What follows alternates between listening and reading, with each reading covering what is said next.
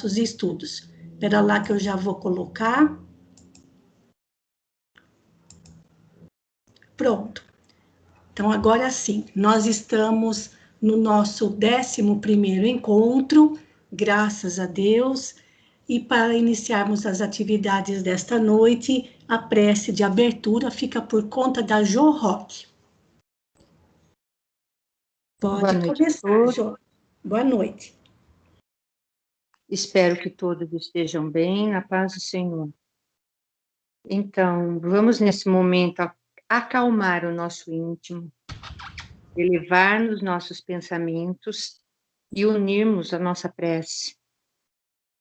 Querido Pai, Deus de amor e de bondade, nós agradecemos em primeiro lugar pelas nossas vidas e pela oportunidade de estarmos juntos, embora de forma virtual, porém, com certeza, unidos em pensamentos e intenções, para aprendermos sobre as lições que nosso Mestre e amigo Jesus nos deixou.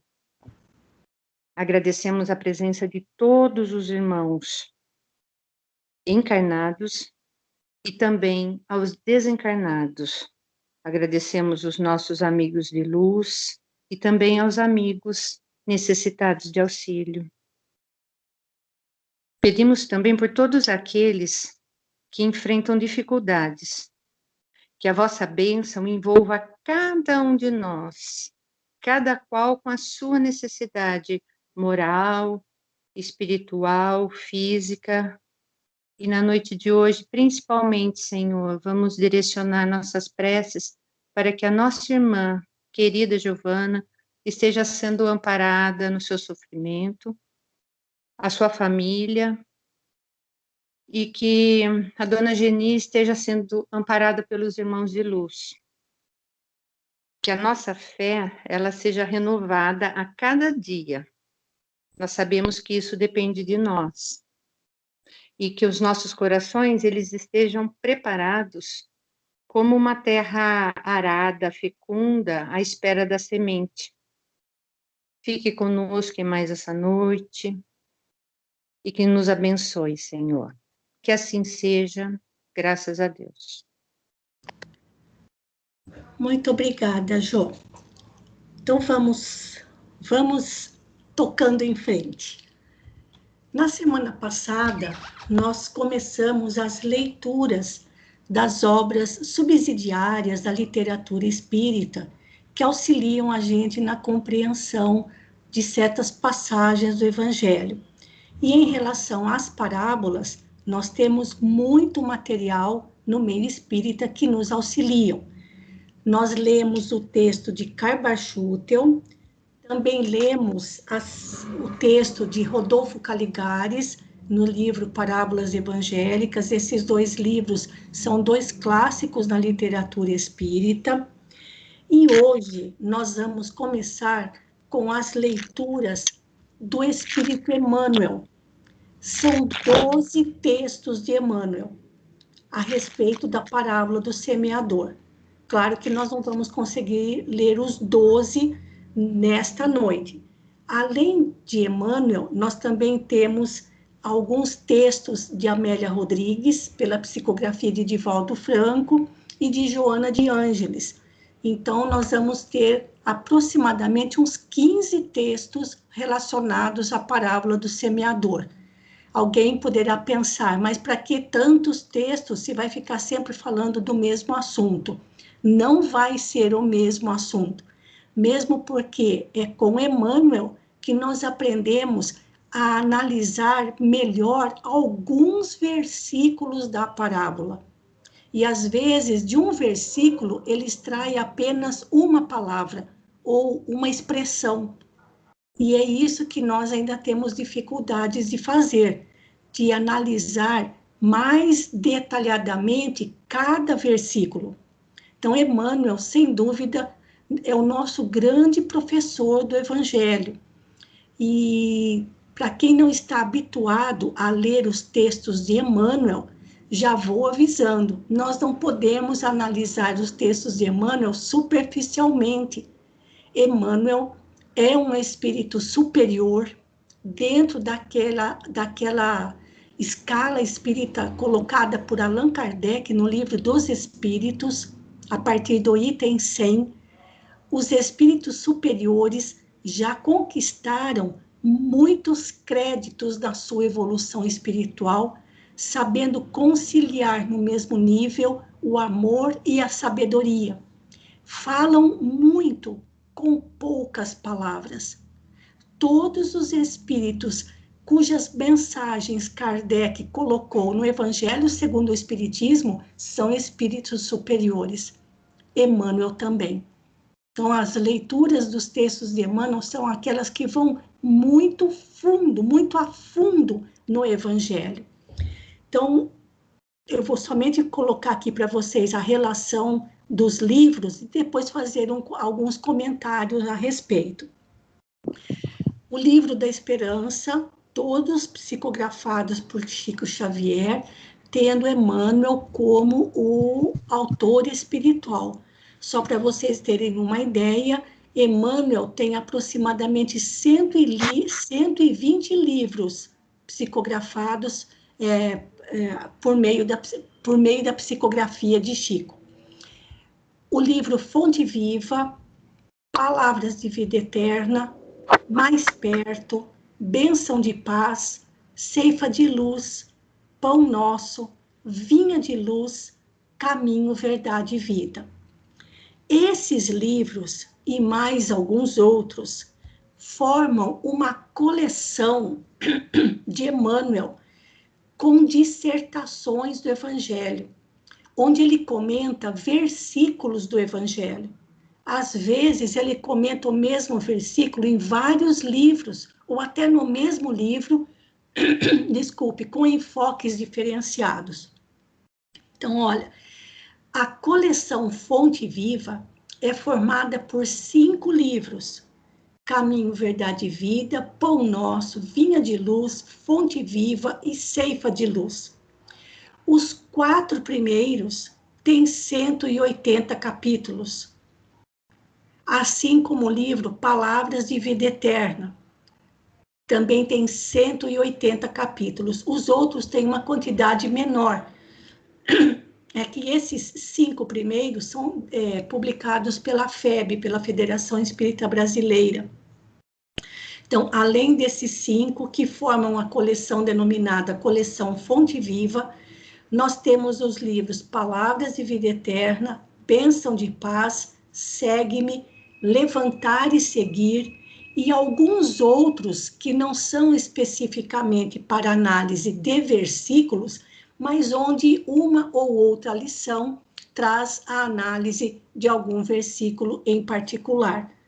Então, para nós, no meio espírita, Emmanuel é, sem dúvida, o nosso grande professor do Evangelho, e professor no sentido de ajudar a gente a estudar o Evangelho, observando, procurando observar os detalhes em alguns versículos ou em algumas passagens, que para nós, pela nossa falta de estudo, de entendimento, na maioria das vezes a gente passa batido.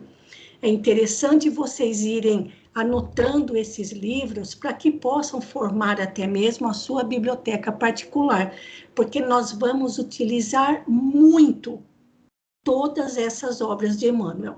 Vamos usar bastante, porque nós encontramos um farto material de estudos sobre Evangelho nestas obras de Emmanuel, tá bom?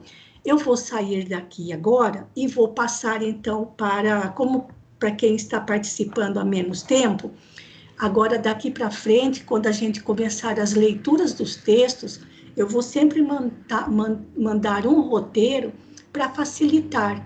Assim, aqueles que são escalados para as leituras da noite, do nosso estudo, já podem, ao longo do dia, fazer a leitura do texto, porque até mesmo pela internet fica fácil de encontrar, e aí já se preparar com mais tranquilidade para a noite. Então, a nossa primeira leitura vai ser do livro Fonte Viva. Eu vou mudar de tela. E, por favor, se todo mundo deixar de ver o texto, por favor, me avisa, porque pode ser que seja algum problema relacionado a... Pode ser que seja algum problema relacionado aqui ao próprio Skype, daí todo mundo para de ver, tá bom? A primeira leitura, então, fica por conta da Vilmara, do livro Fonte Viva. E, Vilmara, eu aproveito para pedir desculpas da confusão que eu fiz no domingo passado, porque eu tenho um caderno onde eu faço todas as anotações para eu não me perder. Mas na hora que eu fui passar para o celular, eu não sei por que eu troquei, porque eu coloquei, ou melhor, eu tinha escrito no meu caderno Margarete, no celular eu coloquei Vilmara, e no fim eu acabei fazendo uma confusão, peço desculpas, tá bom? Mas hoje eu fui mais atenciosa. Então, por favor, pode começar. Boa noite para todos. Boa Mas noite. não se preocupa não, Maria Luísa. Fica Oi? tranquila. Tá certo. Vamos lá. Então, o texto é: semeadores. Eis que o semeador saiu a semear. Todo ensinamento do Divino Mestre é profundo e sublime na menor expressão. Quando se dispõe a contar a parábola do semeador, começa com um ensinamento de inestimável importância que vale relembrar. Não nos fala que o semeador deva agir através do contrato com terceiras pessoas, e sim que ele mesmo saiu a semear. Transferindo a imagem para o solo do espírito, em que tantos imperativos de renovação convidam os obreiros da boa vontade à santificante lavoura da elevação, somos levados a reconhecer que o servidor do Evangelho é compelido a sair de si próprio a fim de beneficiar corações alheios. É necessário desintegrar o velho cárcere do ponto de vista para nos devotarmos ao serviço do próximo. Aprendendo a ciência de nos retirarmos da escura cadeia do eu, excursionaremos através do grande continente denominado interesse geral. E na infinita extensão dele encontraremos a terra das almas, sufocada de espinheiros, ralada de pobreza, revestida de pedras ou intoxicada de pântanos, oferecendo-nos a divina oportunidade de agir a benefício de todos. Foi nesse roteiro que o divino semeador pautou o ministério da luz, iniciando a celeste missão do auxílio entre humildes tratadores de animais e continuando-a através dos amigos de Nazaré e dos doutores de Jerusalém, dos fariseus palavrosos e dos pescadores simples, dos justos e dos injustos, ricos e pobres, doentes do corpo e da alma, velhos e jovens, mulheres e crianças. Segundo observamos, o semeador do céu ausentou-se da grandeza a que se acolhe e veio até nós, espalhando as claridades da revelação e aumentando-nos a visão e o discernimento. Humilhou-se para que nos exaltássemos e confundiu-se com a sombra, a fim de que a nossa luz pudesse brilhar. Embora lhe fosse fácil fazer-se substituído por milhões de mensageiros, se desejasse. Afastemo-nos, pois, das nossas inibições e aprendamos com o Cristo a sair para semear. Emmanuel. Isso.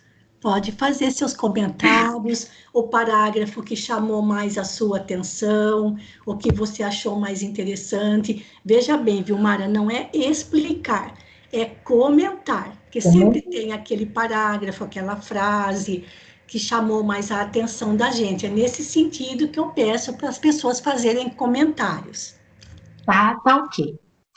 Fique à vontade. Tá, joia. Olha, o que, assim, me chamou bem a atenção foi essa última frase. Apartemo-nos, pois, das nossas inibições e aprendamos com o Cristo a sair para semear. Sabe, eu achei assim, ele não mandou ninguém fazer o serviço dele. Sim. Ele foi semear. Então, é como a gente, às vezes a gente deixa de dar uma ajuda, uma orientada, achando que é sempre o outro que tem que fazer. Sabe aquela situação, mas você deveria fazer isso, você tem que ajudar fulano, você tem que ajudar Beltrano. Eu acho que tem que ser a gente, porque se Jesus deixou o lugar dele, lógico, ele tem muito trabalho onde ele está, onde ele está, né, na posição dele. Ele deixou para vir cuidar da gente, que a gente é tão pequenininho, sabe? Veio na sombra mesmo, para que a gente pudesse brilhar. Então, a gente tem que aproveitar isso. E o que a gente puder fazer para ajudar a luz do outro a brilhar, eu acho que a gente vai estar saindo para semear. E não deixar por conta de esperar que outras pessoas façam esse plantio. Foi isso. Tá certo. Mas o que chama mesmo a atenção da gente nesse texto de Emmanuel é o que ele, por sua vez, destaca neste versículo. Porque a gente começa a ler a parábola e repete, eis que o semeador saiu a semear. E a gente não se atém a esse detalhe por demais importante. Ele não mandou, o semeador não mandou outro no seu lugar. E ele também não ficou sentado na porta, na soleira da porta, jogando a semente ao longe, né? Ele próprio fez isso. E é uma coisa que a gente não presta muito a atenção, né? Quer dizer, se ele saiu para semear, é porque ele estava em algum outro lugar. Ele estava num outro lugar e teve que sair para começar a sua semeadura. O que destaca bastante também nesse trecho de Emmanuel é onde ele fala aqui, olha, pera lá, quando ele fala das pessoas, dos espinheiros, aqui, ó, nesse parágrafo, o sexto parágrafo, o sexto e o sétimo. Olha lá, aprendendo. Então, o que significa simbolicamente sair para semear? É sairmos da escura cadeia do eu, procurando outras terras, as terras do interesse geral, ou seja, do interesse comum. Né? E onde é que vamos semear por nossa vez? Onde é que vamos levar a nossa contribuição? No solo de outros corações, em outros corações.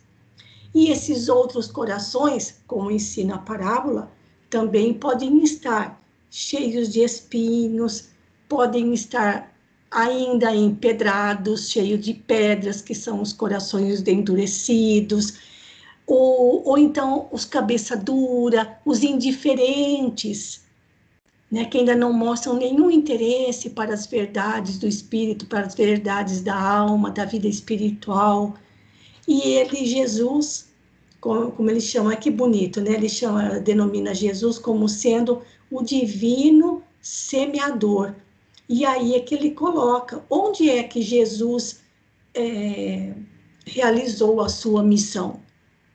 Ele realizou a sua missão entre pessoas de todos os tipos, desde os orgulhosos doutores da lei até os pescadores simples da Galileia, entre ricos e pobres, doentes, jovens, pessoas idosas, mulheres e crianças abandonadas, enfim, eram com essas pessoas com quem Jesus esteve integralmente. semeando o seu evangelho, certo? Muito bonito esse texto e o convite para que a gente faça o mesmo aqui no último parágrafo, como você destacou. Alguém quer fazer algum comentário a respeito desse texto? Mais alguma coisa que você tenha se lembrado, Vilmara? Não, eu tinha essa parte que você falou dos espinheiros, da Uhum. pobreza, do revestimento das pedras, porque da mesma forma como diz a parábola que existem essas situações, a gente também convive com pessoas assim. Sim, Então não adianta a gente querer semear alguma coisa boa, né, tentar pelo menos semear alguma que a gente acha que é bom, mas se a pessoa não está preparada para receber. sim, Então, a gente tem que também, acho que, respeitar, né? Não deixar de lado a pessoa só porque ela não aceitou numa primeira situação, numa primeira conversa, numa primeira ajuda. Mas aham, também, sabe, não perder, não desanimar, era isso a palavra que estava isso, me faltando. Não isso, desanimar e não ter o retorno que a gente espera ter. Porque a gente não tem Jesus não tem o retorno que ele espera da gente, né? uhum, Então, a gente também tem que ter um pouco de paciência e é, não perder o ânimo de tentar semear alguma coisa boa, sim. né? Esperar o É tempo de cada um, né? Isso, isso.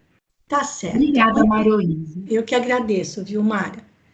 A próxima leitura é do Albertin, já outro livro, vou passar para o índice geral, que é o Palavras de Vida Eterna. Palavras de Vida Eterna também tem 180 capítulos e nós vamos para o capítulo 51. Aqui, ó. Pode começar, Albertin. Boa noite a todos. Boa noite. No solo do Espírito. E outra caiu em boa terra e deu fruto. Um a 100, outro a 60 e outro a 30. Jesus, em Mateus, capítulo 13, versículo 8. Referindo-nos à parábola do semeador, narrada pelo Divino Mestre, lembremos-nos de que o campo da vida é assim como a terra comum. Nele encontramos criaturas que expressam glebas espirituais de todos os tipos. Homens calhaus, homens espinheiros, homens milhafres, homens parasitas, homens charpes, homens furnas, homens superfícies, homens obstáculos, homens venenos, homens palhas, homens sorvedouros, homens erosões, homens abismos.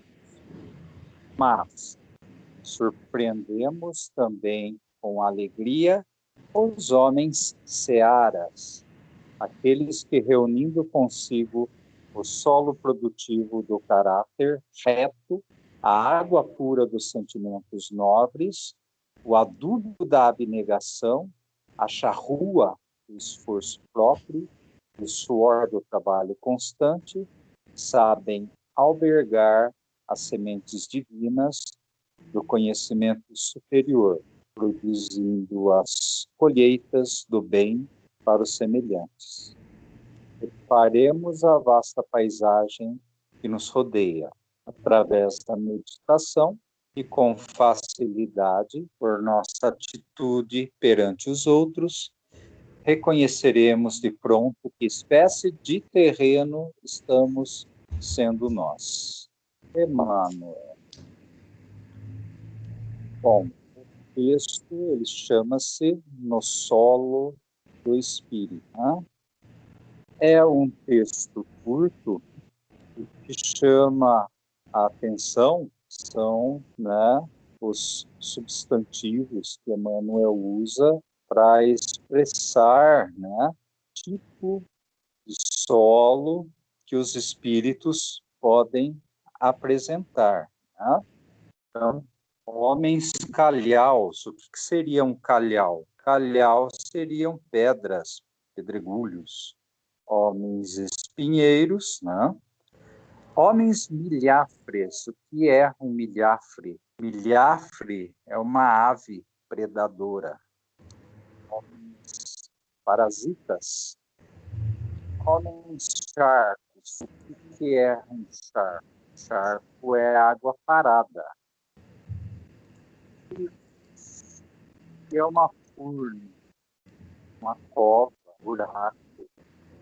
Homens, superfícies, homens, obstáculos, homens, palhas. Por que palhas? Né? Palha normalmente é aquilo que sobra da semente. Né? Homens, sorvedouros. Sorvedouros são redemoinhos, né? Que leva para o fundo. Homens, erosões, homens, abismos, né?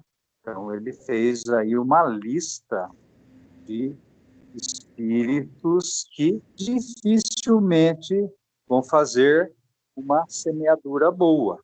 Né? Mas aí ele coloca que, com alegria, encontramos os homens searas. Né? Uma seara é um campo semeado, é um campo que vai produzir, né? E a abnegação, ou seja, a abnegação é o quê? É renunciar às nossas vontades em favor do próximo, sem querermos nenhum interesse para nós, né? A charrua do esforço próprio. O que é uma charrua? Charrua é um arado grande, ou seja, então é aquele espírito que tem o quê? Uma grande capacidade para poder fazer essa semente semear. Né? Então, assim, ele é um texto curto, ele é de fácil entendimento, mas Emmanuel, com muita sabedoria, né, como sempre, ele usa palavras para nos chamar a atenção sobre, né, qual tipo de solo está presente no nosso espírito. Obrigado. Albertinho, a hora que você estava lendo, deu uma cortadinha na transmissão, quando você estava explicando o que são furnas. Furnas. Isso. Então, vamos lá. Agora está me ouvindo bem? Uhum. É que a hora que você chegou na furna, deu uma cortadinha na transmissão. Aí não deu para entender bem o significado. Foi só Furnas ou daí em diante? Não, foi só nesse pedacinho. Depois deu para acompanhar tranquilo. Tá joia. Então, Furnas são o quê? São covas, né? Isso. São homens covas, ou seja, aquele que, né, a semente vai ser enterrada, mas não vai semear. Isso. Assim, olha, seria o caso da gente discutir quais as características de cada tipo que Emmanuel citou aqui, porque fica difícil até a gente, assim, se enquadrar nessa lista, né? Porque, assim, umas denominações bem diferentes, mas mostrando que são, como ele fala aqui, né? São criaturas que expressam o seu mundo íntimo. Então, o que seria um homem, calhaus que você disse, né, são os pedregulhos, que seria um homem pedregulho, né, um homem espinheiro. Qual é a característica da personalidade de pessoas que Emmanuel chamou dessa maneira, né, porque não tem, assim, é uma lista, assim, meio delicada aqui para a gente conseguir se enquadrar, para ver se a gente tem algumas dessas características ainda no nosso coração, né, gente? Né? Por exemplo, aqui, ó, o que seria um homem abismo? Né? O que seria um homem erosão? O que seria um homem palha? Olha, daria para a gente, por isso que eu falo assim, Emmanuel, quando ele pega certas mensagens dele, são verdadeiros tratados de psicologia, né, à luz do Evangelho, porque, olha, eu acho difícil a gente conseguir levantar as características de cada tipo que ele colocou aqui, não é? Mas depois ele vem com a parte boa, que são aqueles que realmente já estão conseguindo produzir alguma coisa. E aí ele cita algumas qualidades necessárias para que o solo do nosso coração possa oferecer uma terra boa ao evangelho, a semente do evangelho. Aí ele faz aqui, olha, caráter reto, sentimentos nobres, a abnegação. E ele coloca a abnegação como sendo um adubo, a charrua do esforço próprio e o trabalho constante. Ou seja, num solo, para que ele seja produtivo, é preciso ter água, é preciso ter adubo, precisa ter a charrua, precisa ter o suor do trabalho, esforço próprio. É incrível o paralelo que ele faz com aquilo que a semente precisa e o que é que nós precisamos fazer para que o solo do nosso coração possa albergar, ou seja, possa acolher as sementes divinas do conhecimento superior, produzindo colheitas do bem para os nossos semelhantes, não para nós. Esse parágrafo 3 aqui é extraordinário. Mais alguma coisa, Albertinho? Mais alguém quer fazer algum comentário a respeito dessa lição? Marisa, Oi? Matias, não Não. sei, né? Minha opinião, né? Eu acho que esse tipo de homem que vem nessa leitura relatada pelo Emmanuel, nós talvez tenhamos um pouquinho de cada um deles em cada Sim. momento de nossa vida, né? Certamente. Uma hora nós somos palha, venenos, furnas, charcos, paralistas, milhares, obstáculos, veneno, palha. Dependendo da situação, a gente se encaixa dentro de um ser do que está escrito por Emmanuel, né? Sim. Em vez de buscar o foco, que é o homem da seara, aquele que vai trabalhar água, adubo, Sim. né? A charula dos esforços próprios do nosso terreno, aonde nós já dá um trabalho grande nós fazemos a semeadura, né? Sim. Mas é verdade mesmo. A cada situação pela qual passamos, a gente mostra que tipo de solo, de fato, a gente tem no coração. Muito bem. Mais alguma coisa? Mais alguma coisa, Albertinho, que você tenha se lembrado? Tranquilo? Tranquilo, é isso Então, mesmo. tá jóia. Vamos adiante. A próxima leitura agora é do livro Ceifa de Luz. E o Ceifa de Luz, quem vai ler é a Conceição, o capítulo 13. Lá era no solo do espírito, agora aqui é na gleba do mundo. Vejam que é o mesmo versículo. Vai lá, pode começar, Conceição.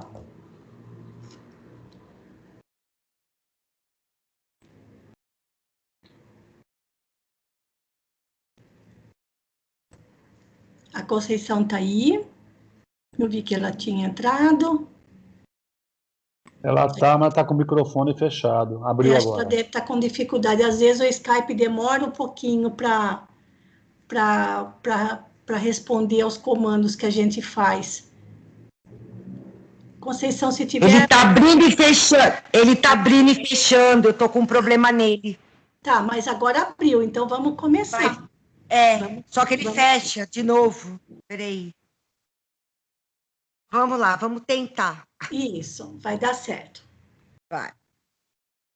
Ai, deixou de... na gleba do mundo. Mas o que foi semeado em boa terra é o que ouve a palavra e a compreende. Esse frutifica e produz a 100, a 60 e a 30 por um. Jesus, Mateus 13, 23. Efetivamente, a vida é comparável ao trato do solo que nos é concedido cultivar. Ergue-te cada dia e ampara o teu campo de serviço, a fim de que esse mesmo campo de serviço te possa auxiliar. A sementeira é a empreitada, o dever a cumprir, o compromisso de que te incumbes. O terreno é o próximo que te propicia a colheita. Lavrar o talhão é dar de nós sem pensar em nós. Basta plantes o bem para que o bem te responda. Para isso, no entanto, é imperioso agir e perseverar no trabalho. Nunca esmorecer. Qual ocorre na lavoura comum, é preciso contar com aguaceiro e canícula, granizo e vento, praga e detrito. Não valem reclamações. Remove a dificuldade e prossegue firme. Acima de tudo, importa o rendimento da produção para o benefício de todos. Se alguém te despreza, menoscabando a suposta singeleza do encargo que te coube, esquece a incompreensão alheia e continua plantando para a abastança geral. Muita gente não se recorda de que o pão alvo sob a mesa, à custa do suor de quantos mergulham as mãos no barro da gleba, a fim de que a semente possa frutificar. Quando essa ou aquela pessoa te requisite o descanso, sem que a tua consciência acuse fadiga, não acredites nessa ilusão. A ferrugem do ócio consome o arado muito mais que a movimentação no serviço.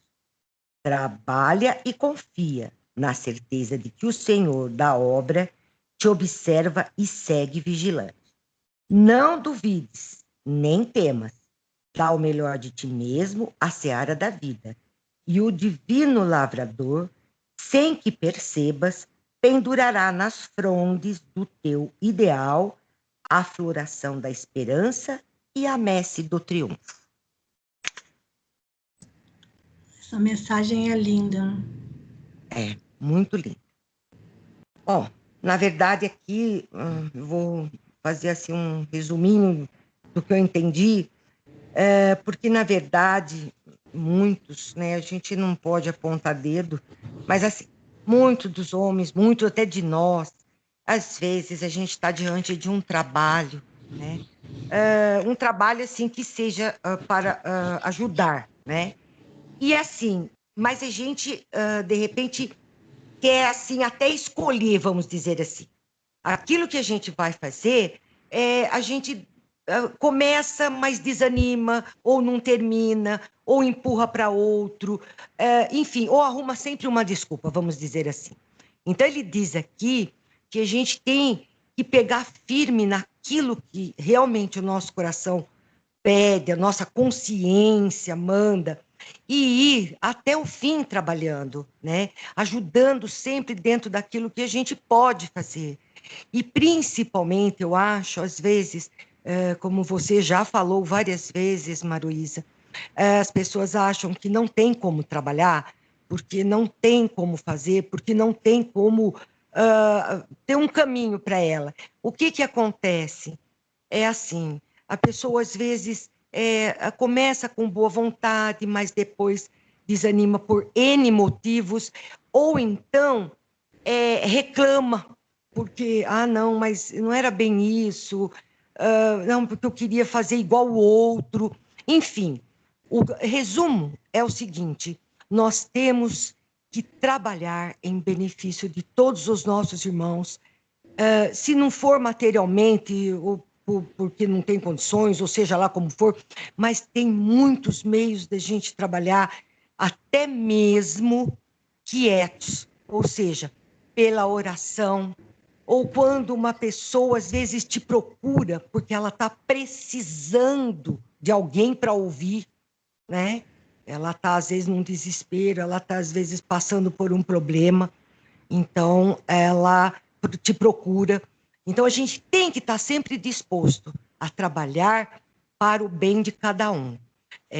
Eu vi muitas e muitas vezes isso acontecer, de pessoas que estavam precisando, mas sempre arrumam uma desculpa. Ai, agora eu não posso, eu estou ocupada, eu não tenho tempo. Então, isso é abandonar o seu trabalho nessa seara, né? Porque você precisa, porque muitas vezes você pode evitar um mal maior daquela pessoa. Então, esse é o nosso trabalho. Essa é a semente que a gente tem que plantar no nosso coração. Vamos deixar o nosso eu de lado e deixar um pouco as nossas coisas e vamos tentar ajudar as outras pessoas que estão precisando da gente. E tem muitas, você sabe. Então, assim, vou contar bem rapidinho para você.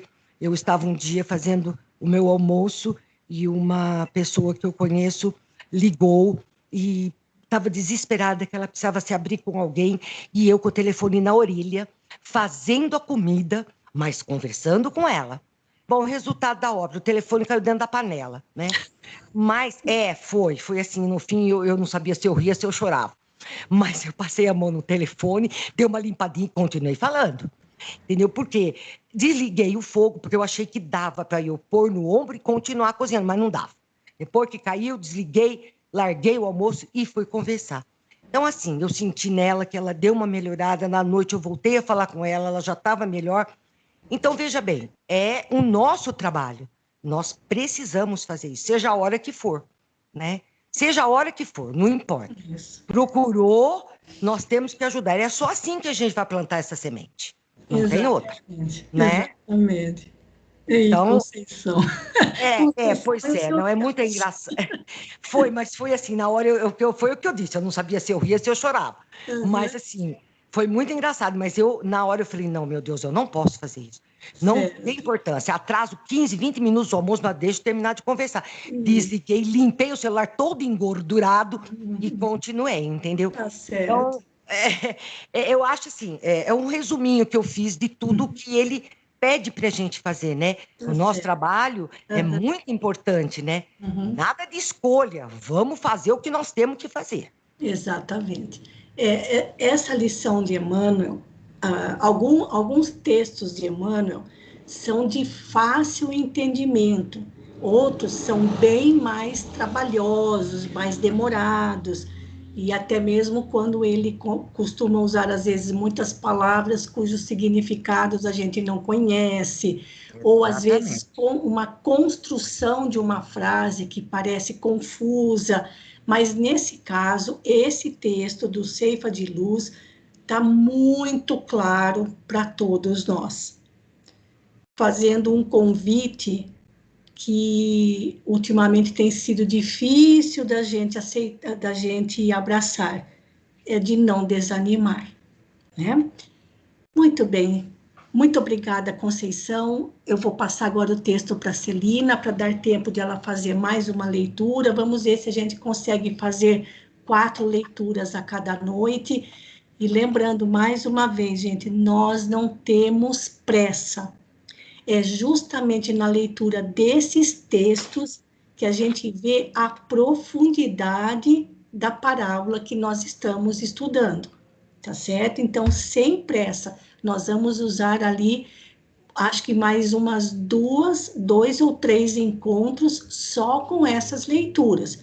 Mas é sempre a mesma coisa? Não, não é a mesma coisa. Vocês vão poder perceber isso, tá bom? Ainda no livro Ceifa de Luz, agora no capítulo 50. Pode começar, Celina. ante o divino semeador. Só um instantinho, Celina. Vejam que é o mesmo versículo do comecinho da parábola. Pode começar. E o foco já é totalmente outro. Sim. Ouvir. Eis que saiu o semeador a semear.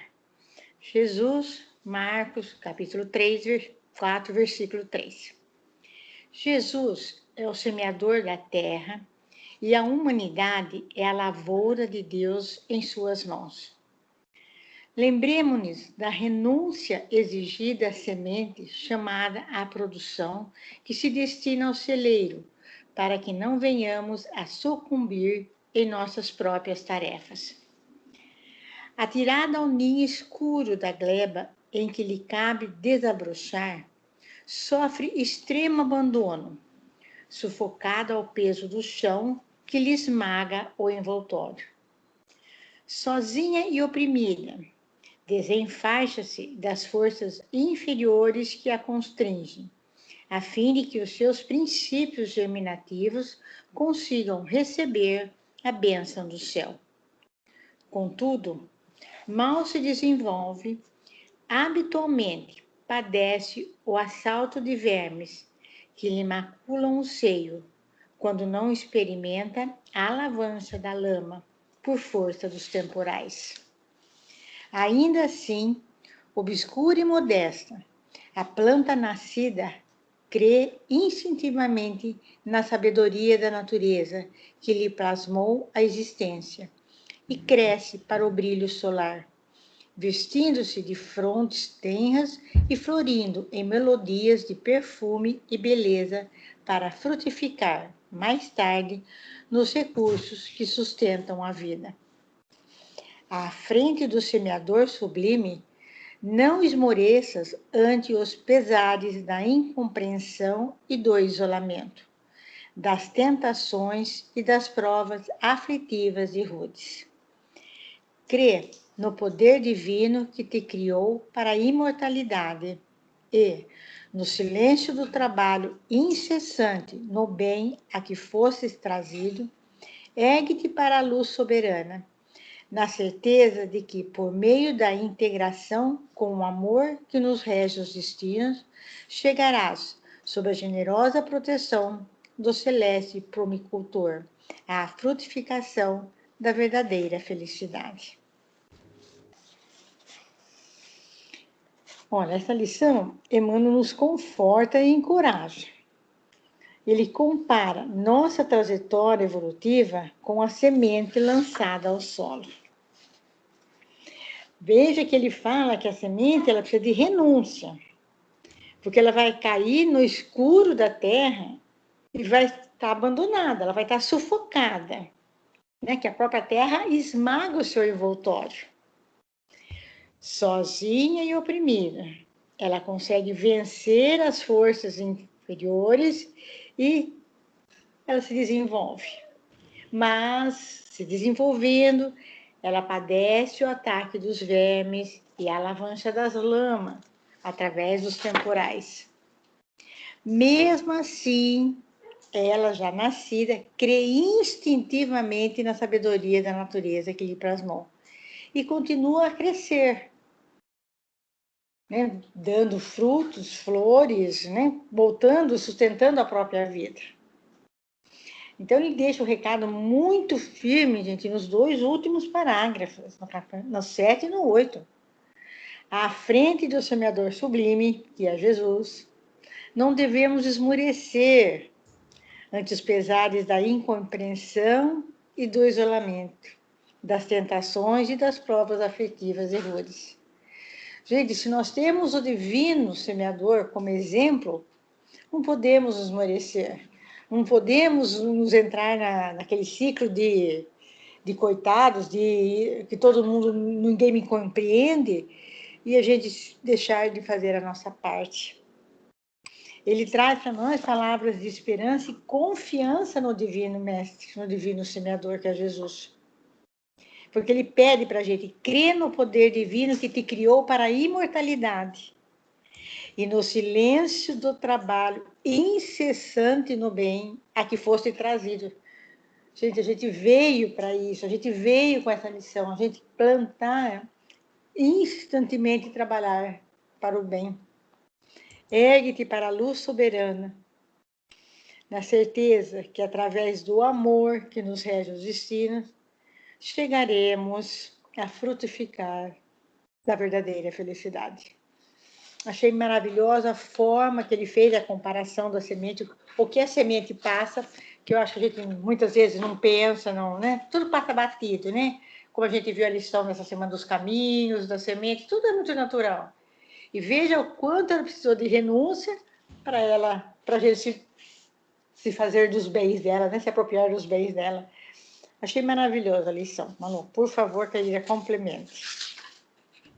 Mano, eu não tenho nem o que complementar, né? A gente só pode comentar para ver se a gente consegue entender alguma coisa a mais. Alguém mais quer fazer algum comentário a respeito desta lição?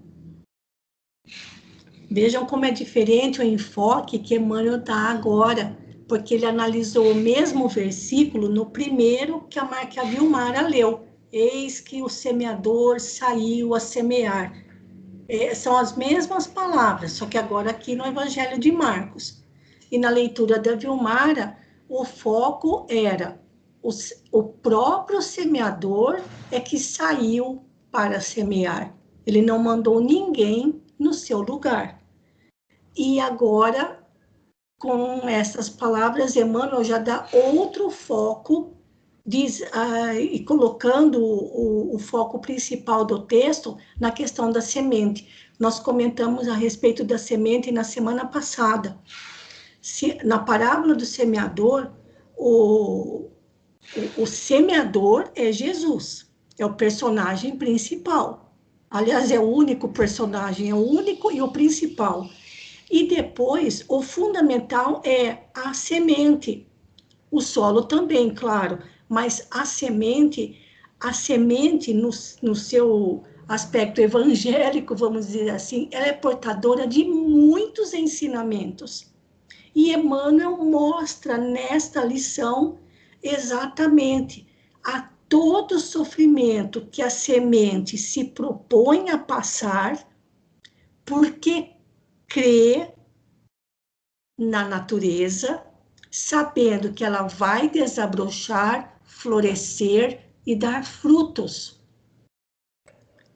E Emmanuel, então, trazendo um paralelo para nós, ele crê, a semente crê na sabedoria da natureza. E aí, eu acho tão incrível essa questão da semente, porque quando a gente olha ali naquela bolotinha, a gente não consegue imaginar que ali dentro tem a árvore, não é? Ou seja, a semente contém todo o potencial do vegetal adulto. Assim somos nós também. A semente do Evangelho tem todo o potencial para nos transformar em espíritos redimidos. Só que a gente ainda não acredita nisso. E esse processo, claro, exige sacrifícios, exige renúncia, exige abnegação. E aí, no último parágrafo, não sei se vocês perceberam, mas tem um pouquinho de diferença, uma certa diferença no texto. Acredito que há uma questão diferente ali na hora de arrumar. Por exemplo, para nós está escrito imortalidade vitoriosa. Já no livro da Celina, eles tiraram o vitoriosa. É isso, Celina? No seu? Sim, Malu.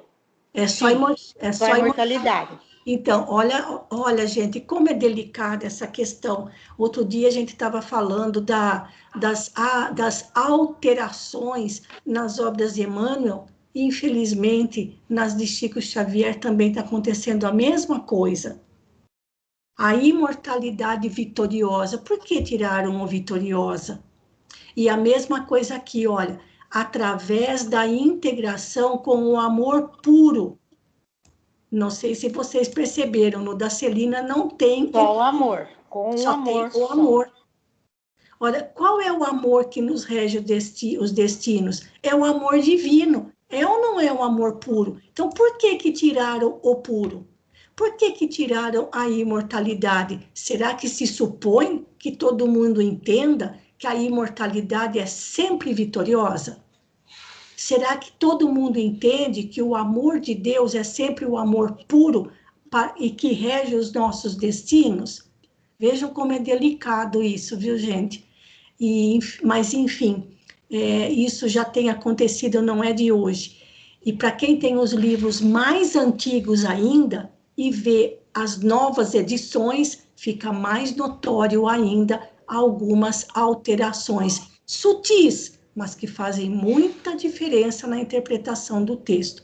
Então, é nisto que nós precisamos acreditar com todas as nossas forças na imortalidade vitoriosa, ou seja, uma imortalidade a imortalidade supera todas as dificuldades, todas as dores, todos os sofrimentos da vida material. E nós estamos todos fadados. O nosso objetivo é igual para todos. Todos somos imortais. Todos alcançaremos a felicidade plena, mas cada um vai chegar lá um dia. Então, se a imortalidade é a nossa herança em comum, por que não acreditamos nisso e nos deixamos abater tanto? Mas nós também precisamos acreditar no silêncio do trabalho incessante no bem, assim como a sementinha, escondida lá sozinha no escurão embaixo da terra, mas dentro de si tem todo o potencial para desabrochar. Gente, a hora que desabrocha a semente, é ou não é como se fosse um milagre divino? O que que tem dentro da semente que faz com que ela rompa a casquinha e saia o primeiro brotinho atravessando o peso da terra, do solo? Isso é ou não é divino? E nós nem sequer percebemos para esses pequenos detalhes que fazem parte da nossa vida. Aliás, talvez não faça parte da nossa vida porque nós não moramos na área rural e não lavramos e cultivamos o solo. Mas para aquele que trabalha na agricultura, isso para ele já é lição aprendida há tempos, certo? Então nós precisamos acreditar e confiar neste divino semeador, porque a semente é o seu evangelho no nosso coração e viveremos para sempre. Muito bem, gente, eu vou voltar na nossa tela principal, parando de compartilhar e pedindo então para que o Matias possa fazer a prece de encerramento para nós. Boa noite a todos. Pessoal, vamos nos manter conectados depois de uma aula onde possamos tomar consciência que tipo de semeadores somos, né? E pedir ao Pai para nos ajudar a sair, para semear, para que possamos sair do escuro do eu e vamos semear no nosso solo os mais necessitados e os mais aflitos, ó Pai. No solo aonde já somos considerados e temos como obrigação por sermos estudiosos e espíritas mais obrigações. Que tipo de seres ainda somos, ó Pai?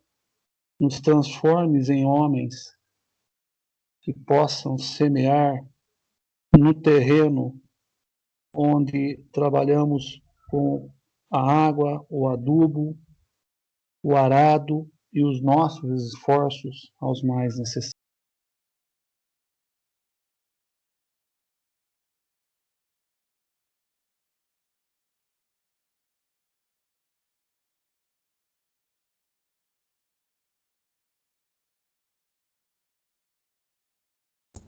Tudo certo? Muito obrigada, pessoal. Boa noite a todos. Muito obrigada pela companhia de vocês. Uma boa noite, um bom descanso e uma boa semana. Até amanhã, se Deus quiser. Boa noite a todos. Fiquem todos com Deus. Tenhamos uma semana abençoada. Boa noite a todos.